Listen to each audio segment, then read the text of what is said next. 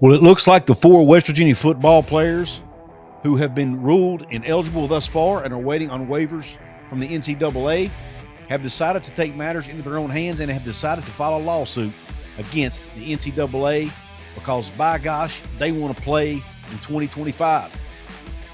And I think they may have a strong case. We're going to talk about that in this episode of Couz's Corner, and we're going to have that conversation right now.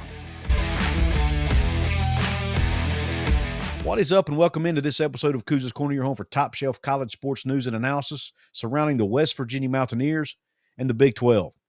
Well, I've talked about it on this show. My partner Jonathan has talked about it on this show. Jamoy Robinson, the defensive transfer from UTSA.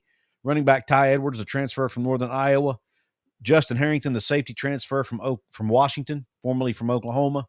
And Jeffrey Weimer, the wide receiver transfer from Idaho State, have all decided to file a lawsuit against the NCAA because they so far have not gotten their waivers that they have requested so that they could play in 2025. All of these guys have played JUCO ball, and we've all heard about the recent rulings about JUCO players not having their years counted against them. Now, their JUCO years, I mean. Now, I don't know. There are limits to that rule. It doesn't mean every kid who plays JUCO every year that they played gets that back. That's not the way the rule reads. But when you look at the situation with these young men, it looks like they're requesting it that if they at least get 1 year of JUCO back, most of them should be able to play in their minds, right? And that's what they're asking for. And they've all requested waivers, and here we are 1 week into camp. They still haven't gotten them yet. I mean, we're less than a month from the very first game, and they have yet to get a waiver from the NCAA. So they all went together, decided to file a lawsuit. This is not West Virginia University filing the lawsuit. Some out there are making it seem that way. That's not the case. The suit is being filed by the players, not the school. That needs to be clarified, okay? Is the school advising them behind closed doors? Maybe. Are they having conversations with the lawyers? Maybe, but the school is not the one filing the lawsuit. It's the four individual players. I'm going to go ahead and read from an article over at WVSports.com written by Vernon Bailey. This is the rival site. It says West Virginia has joined the growing list of programs challenging the NCAA's transfer eligibility restrictions, as four Mountaineer football players have filed a lawsuit in federal court seeking immediate clearance to play this season. The legal action was first reported by Sam Ehrlich of the College Sports Litigation Tracker. The plaintiffs, Jamoy Robinson, Jeffrey Weimer, Tai Edwards, and Justin Harrington, all transferred to WVU this spring and have been waiting on waivers for fall eligibility. With no rulings yet, this group is now taking legal action. The complaint, which was filed August 1st, goes well beyond typical eligibility arguments. It asserts that the NCAA is violating antitrust law by penalizing athletes who begin their careers at junior colleges or other non-NCAA schools. So, in the opening, I mentioned it was about the JUCO year. It goes further than that. They're basically saying, hey, you guys are committing antitrust by not allowing us to earn NIL money, all because we played a year of JUCO, or in some cases 2 years of JUCO. And that's what they're fighting against. Their claims include antitrust violations, breach of contract, a promissory estoppel, which means claiming athletes were misled by the NCAA's guidance, and they're claiming tortious interference with their opportunities at WVU and with NIL-related contracts. They're seeking an injunction to allow them to play this fall, along with damages and a ruling that strikes down the relevant NCAA rules. So they're saying, hey, we played JUCO. By playing those years of JUCO, we were not able to earn NIL, and by not giving us our 4 years of eligibility to play in an actual sanctioned NCAA conference, you're limiting our NIL opportunities, which in their eyes is an antitrust violation. So that's what they're suing for. Now, can they get this injunction? We will see. West Virginia fans can remember a couple years ago during the interim season of Josh Allen at West Virginia, remember Raekwon Battle was going through the same thing. He had his waiver denied by the NCAA. So he filed a suit along with the state attorney general of West Virginia and some other attorneys general. And they were able to get that injunction, and they became eligible to play that year. That's what West Virginia's hoping for. Rich Rod was asked about this in a press conference, and he said, outstanding when he heard that they had filed the suit. So he wants these guys on the roster.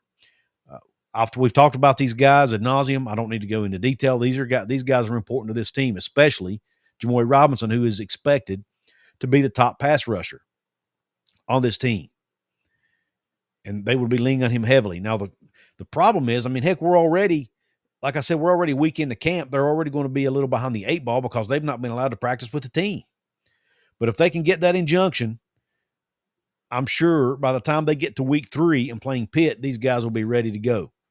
They should be able to beat the first 2 weeks' opponents, especially week 1 opponent, Robert Morris, without those guys.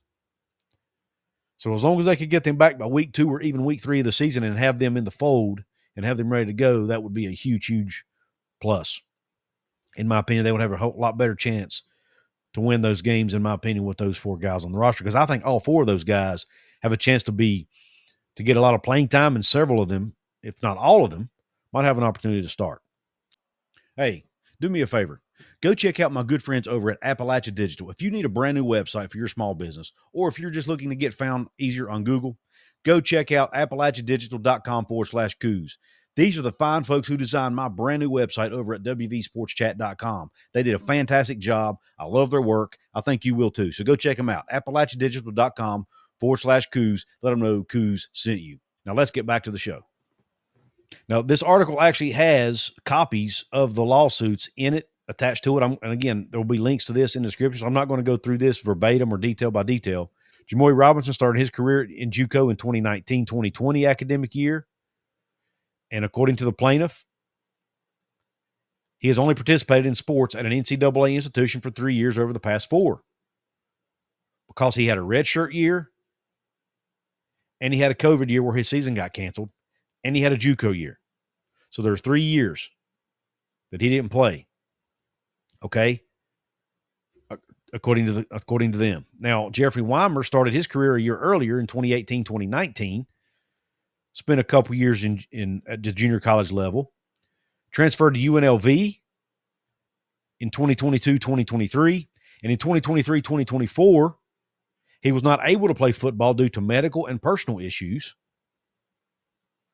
Then he transferred to Idaho State last year where he played, and now he's at West Virginia where he's enrolled. And it says, Plaintiff Weimer sought but was denied a waiver, seeking to play a 3rd year at an NCAA institution. Now, that's important. He sought but was denied. All 4 of these had their waivers originally denied. Now, you can go through the appeals process. I'm not sure if the appeals were denied or if they decided to just go ahead and get ahead of that process and go ahead and file the suit. But either way, they all say their appeals or that their waivers were denied. In the case of Tai Edwards, the running back, he attended Georgia Military College beginning in 2019-2020. Then he went to Hutchinson Community College. Then he went to UTSA for a year, where he was granted a red shirt for that season. So he has a couple years of JUCO. He has a red shirt. Then he went to Northern Iowa. Now he's at West Virginia. So his waiver also denied. And Plaintiff Edwards has only participated in sports at an NCAA institution for 3 years over the past 4. So they're arguing, say, hey, these guys should get at least 4 years of eligibility for an NCAA institution so that they can earn NIL money. And then Justin Harrington started his career in 2018-2019 as well at the JUCO level. Spent 1 season playing JUCO, 2 seasons playing JUCO. Then he transferred to Oklahoma, where he spent 3 seasons, 3 years. Transferred to Washington, where he spent a year.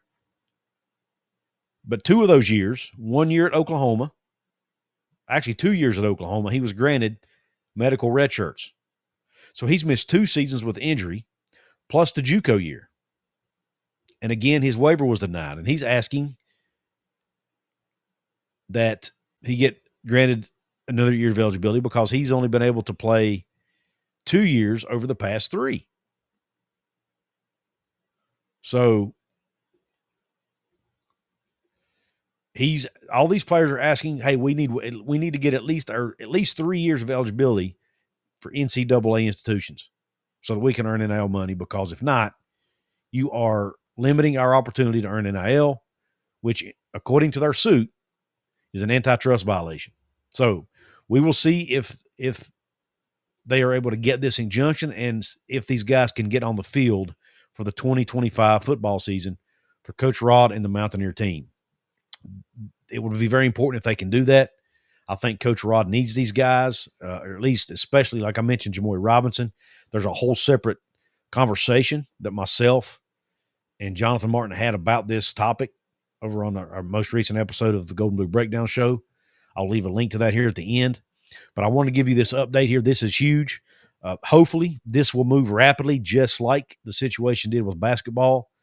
And these guys will be able to get their eligibility, and they can get a decision made here in the next couple of weeks because, again, the season starts – I'm recording this on August 4th. The season starts August 30th. We're sitting here, 26 days away from the season kicking off. These guys need to be able to practice with their teams. Right now, they can't even practice with their team. They have to do everything on their own. They can't attend meetings. They can't practice. Everything is on their own.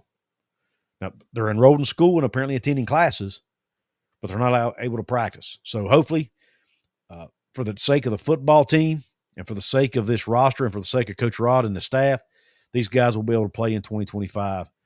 And again, it's West Virginia seemingly having to fight an uphill battle here. Having to fight the NCAA here. And again, it's not West Virginia necessarily filing the suit, but it is their players filing the suit. So, they're tethered to them, right? They're tethered to West Virginia here. West Virginia seems to always be battling these types of situations. Let's hope that these players become eligible. Now, it will open up a can of worms and, because remember, not only will it affect West Virginia, it could also potentially affect other cases down the road or other players down the road and, open up a Pandora's box where guys could be eligible for 6-7 years of college football or college sports in general for that matter. Is that really healthy for the game long term? I'm not sure, but I'm being selfish here a little bit, and I want these guys on the field, so I'm hoping they win this case. So let me know in the comment section, what are your thoughts on this case? Are you in agreement with these 4 players that they should all be granted another year of eligibility? Again, if you want to read the details of it, go to the link in the description box. It lays it all out for you there. The cases themselves or the complaints are attached to the article, so you can read them for yourselves. And it's not, to my knowledge, it's not behind the paywall, so you should be able to access it. I want to hear your thoughts on this. I want to give a quick shout out to my paid VIP members of this episode. They are Chris D, Big E 7375, H Bar Farkle, Morris Davis, Kenny Evans. Thank you all for your paid membership. If you want to be a paid member, hit the join button below or the join button over at my channel homepage. It's a very inexpensive and easy way to support what I'm doing here on the show. You also get perks like random shout outs. Once in a blue moon, I'll put out give you early access to content for those who are paying at the $4.99 level. You can like, share, comment, subscribe. That's all free. I want to give a shout out to my sponsor here, Appalachia Digital. Thank them for helping me keep the lights on. Thanks again for tuning in. Hope the rest of your day is top shelf. God bless, and Q Country Roads.